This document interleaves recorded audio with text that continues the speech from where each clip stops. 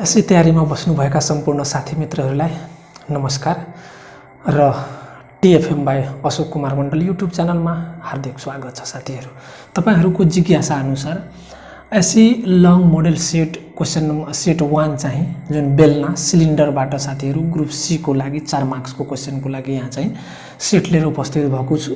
जुन चाहिँ सिलिन्डर यो तपाईलाई बेलनाबाट साथीहरू, तब बेलनाको यो प्रश्नहरू लिनुभन्दा पहिले तपाईलाई अब एसईमा सोधिने जुन यो के रे उपयुक्त प्रश्न हो यसको चाहिँ लिनुभन्दा पहिले अब बेलनाको कन्सेप्टलाई बुझ्नुपर्ने जरुरी छ। साथीहरू, कन्सेप्टलाई तपाईहरुलाई क्लियर गरिसकेपछि मात्रै चाहिँ यसमा म प्रश्नको चाहिँ सल्भतिर लाग्छु। साथीहरू, त सबभन्दा पहिले साथीहरू बेलना बुझौँ। अब मानौ एउटा बेलना जुन हुन्छ बेलना है, बेलनामा सबभन्दा पहिले बुझौँ त साथीहरू, यो जुन छ यसलाई हामी बेलनालाई वृत्ताकार, यो चाहिँ आकार जुन छ तलको आधार जुन हो यसलाई आधार भन्छौँ साथीहरू।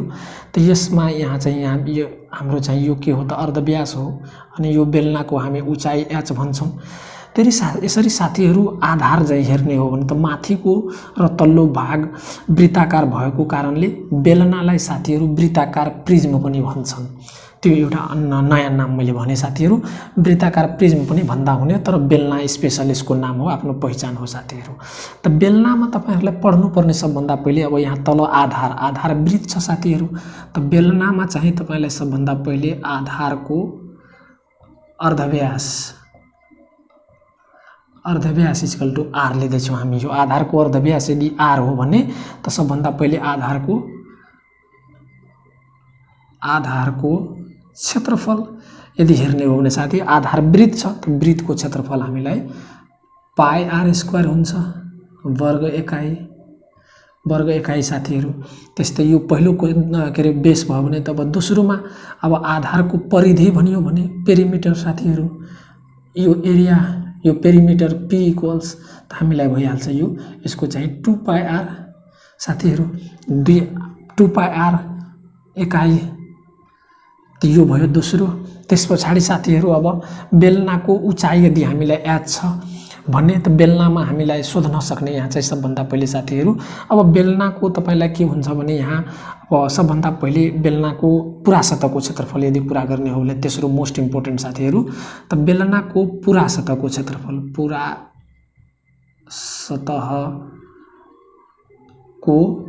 क्षेत्रफल टोटल सर्फेस एरिया इक्वल साथीहरू। त यसमा चाहिँ पुरा सतहको क्षेत्रफललाई बुझ्दा तपाईहरु कस्तो बुझ्न सक्नुहुन्छ, यो त ठोस वस्तु हो।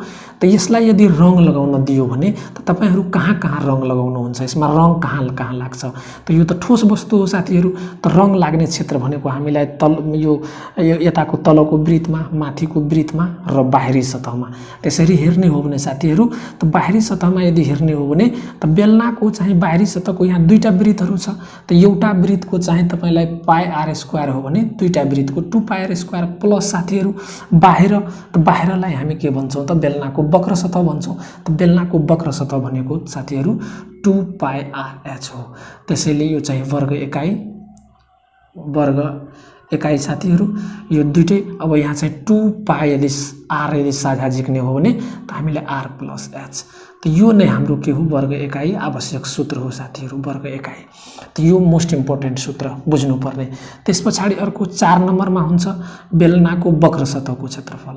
बेलनाको वक्र सतहको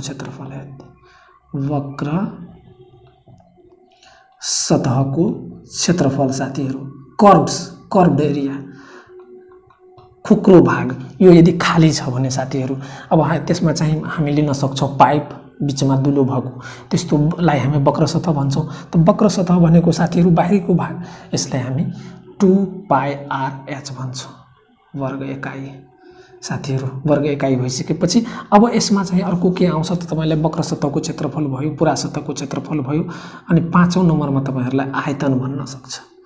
आयतन भोल्युम भी इक्वल्स तपाईलाई के हुन्छ त आधारको क्षेत्रफल पाई आर स्क्वायर इन्टु एच उचाइ।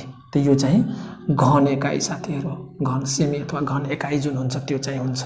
त यो हाम्रो बेस भयो साथीहरू, जहाँ चाहिँ तपाईँलाई आधारको क्षेत्रफल πr², त्यस पछाडि परिधि 2πr।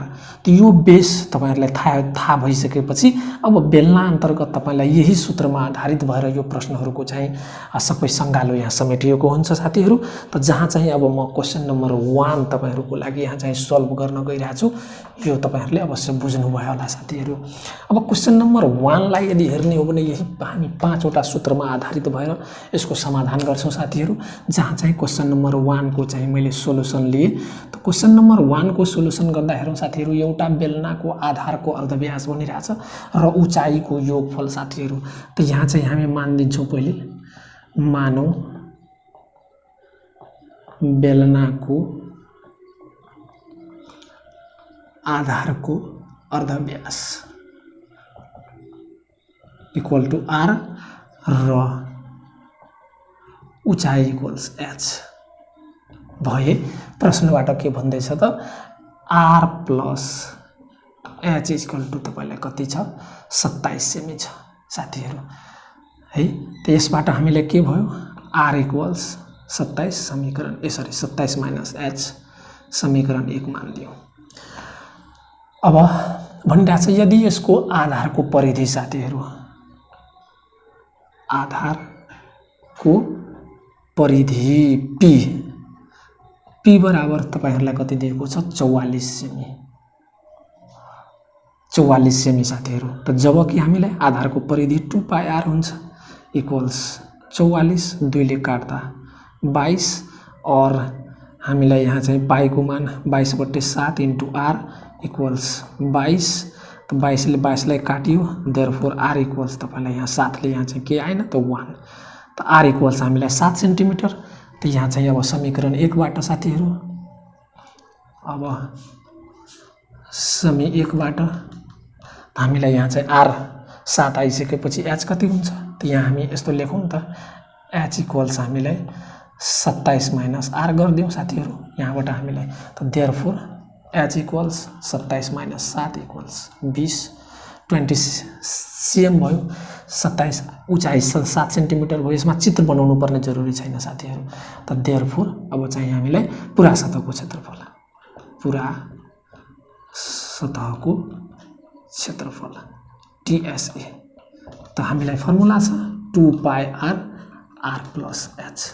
त राख्दिउँ साथीहरू 2 पाई को मान 22/7 इन्टु आर को मान हामीलाई 7, आर को मान हाम्रो 7 इन्टु आर भनेको 7 प्लस एच भनेको 20, किनभने दुईटैको योग हामीलाई भनिसकेको छ। 7 7 क्यान्सल, 22 दूनी 44 इन्टु 27 हेर्ने हो भने साथीहरू यो दुईटै चाहिँ हामी गुणन गर्दा के अरे 2700।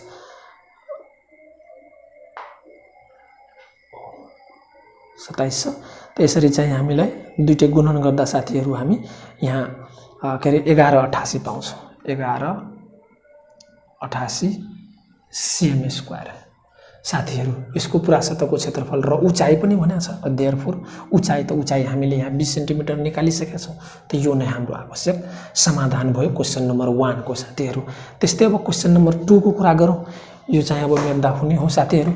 क्वेसन नम्बर 2 लाई अब लिँदैछु साथीहरू। अब क्वेसन नम्बर 2 को सोलुसन गर्दा हेरौँ। क्वेसन नम्बर 2 को सबभन्दा पहिले एउटा बेलनाकार वस्तुको आधारको परिधि साथीहरू। त यहाँ हेरौँ हामीलाई बेलनाकार वस्तुको आधारको परिधि भनेको छ। आधारको परिधि पी साथीहरू हामी डाइरेक्ट लेख्न सक्छौँ। पी इक्वल्स तपाईलाई दिएको छ यहाँ 22 सेन्टिमिटर। त यहाँबाट हामी 2πr परिधि भनेको 2πr 22 और साथीहरू यहाँ हामीलाई के अरे आर इक्वल्स 22 बाई यहाँ हामी मान राख्दिउँ साथीहरू 2 इन्टु पाई भनेको हामीलाई 22/7 इन्टु आर इक्वल्स 22 ले 22 लाई काटियो साथीहरू। यसरी आर इक्वल्स हामीलाई 7/2 इक्वल्स 3.5 सेन्टिमिटर। त आर निस्क्यो साथीहरू। त्यस पछाडि उचाइ दिएको छ उचाइ h इक्वल्स तपाईलाई त्यहाँ 20 cm दिएको छ भने अब भन्दैछ सो वस्तुको पूरा सतहको क्षेत्रफल पत्ता लगाउनुहोस्। तब यहाँ चाहिँ हामीलाई बेलनाको चाहिँ बेलनाकार वस्तुको पूरा सतहको क्षेत्रफल TSA = वाट छ।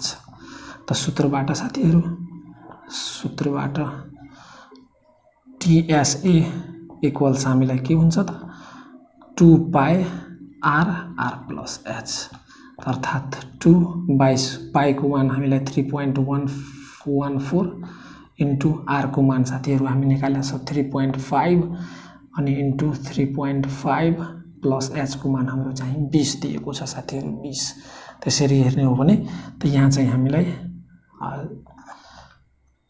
6.28 इन्टु 3.5 इन्टु 23.5 को मल्टिपल गर्दा साथीहरु 516.57 आउँछ।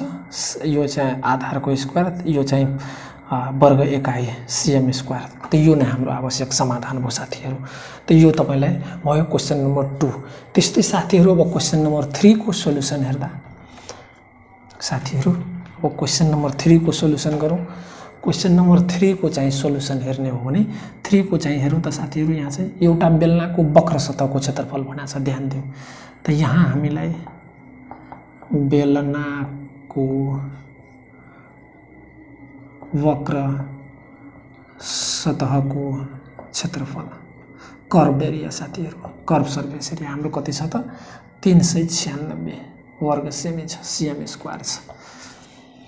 जबकि यसको उचाइ साथी के रे यहाँ चाहिँ के रे यसको चाहिँ हामीलाई यदि हेर्ने हो भने त उचाइ छ र उचाइ साथीहरु h = हामीलाई कति छ त यहाँ चाहिँ 15 सेमी छ। अब भन्दै छ 15 सेमी छ भने अर्धव्यास पत्ता लगाउनुहोस्।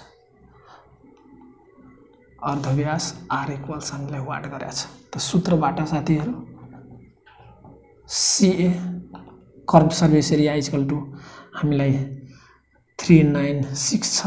त CA = 2 पाई r h साथीहरु 369 अनि 2 पाई को मान 22/7 r को मान थाहा छैन इन्टु h को मान साथीहरु हामीलाई यहाँ 15 दिएको छ इक्वल्स 396। त हेर्ने हो भने त r इक्वल्स साथीहरु हामी 396 गुना 7 भागा तपाईलाई 44 गुना 15 इक्वल्स हामी r को भ्यालु पाउँछौं साथीहरु। यसको चाहिँ गर्ने हो भने के रे हामीलाई यो यसको चाहिँ भ्यालु पाउँछौं साथीहरु 4.2 साथीहरु। यसको चाहिँ यो गर्दा हामी 4.2 पाउँछौं। त यो प्रकृतिको रह्यो साथीहरु। यसमा चाहिँ सिलिन्डर बेलनाबाट सोध्ने प्रश्नहरु यस्तै हुन्छन्। विशेष गरेर तपाईलाई 1 र 2 को चाहिँ उसमा चाहिँ बेसमा आधारित भएर क्वेशन सोध्ने हो। त यो कसैले तपाईहरुलाई कस्तो लाग्यो कृपया आफ्नो प्रतिक्रिया कमेन्ट्स बक्समा साथै दिनु होला। साथै साथीहरु लाइक र शेयर गर्न नबिर्सिनु होला। साथै सब्स्क्राइब गरी बेल आइकन थिच्दिनु होला।